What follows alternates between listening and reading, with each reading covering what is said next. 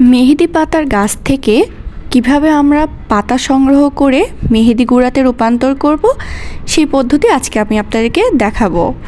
আসসালামু আলাইকুম, আশা করি আপনারা সবাই ভালো আছেন, আমরা অনেক ভালো আছি। আজকে চলে এসেছি মেহেদির পাতার বিশেষত্ব গুণ নিয়ে। এই মেহেদি পাতাতে অনেক রকমের গুণ আছে, মাথার চুলের জন্য, খুশকির জন্য এবং চুল লম্বা, চুল ঘন সব কিছুর জন্য আসলে মেহেদির পাতার গুঁড়াটা খুব উপকার। আজকে আমি এই গুঁড়াটা করব কারণ মেহেদি বেটে দিতে আসলে অনেকটা সময় লাগে, অনেক সময় ভালোও লাগে না, মনে হয় যে আবার মেহেদি পাতা বাটবো।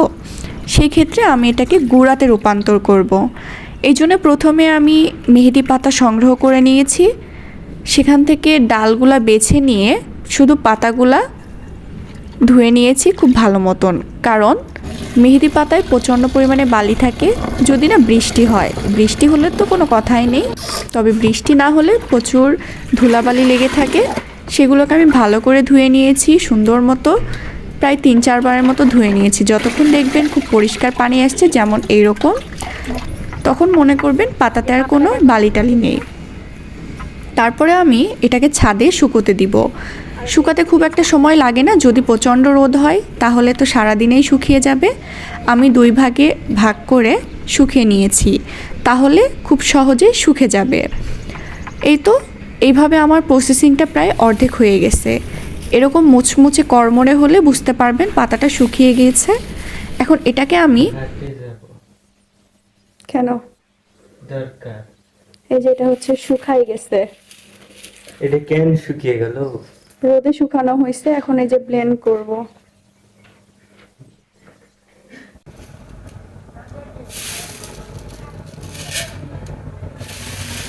খুব সুন্দর একটা ঘ্রাণ বেরোচ্ছে মেহেদির। আপনারা শুনিয়ে দেখেন।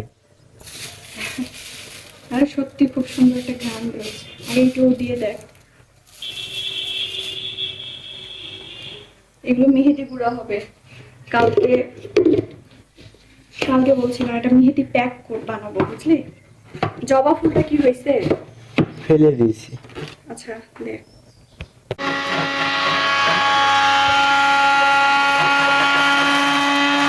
হয়ে গেছে, এই তো সুন্দর হয়ে গেছে। মানে এখানে ঢাল।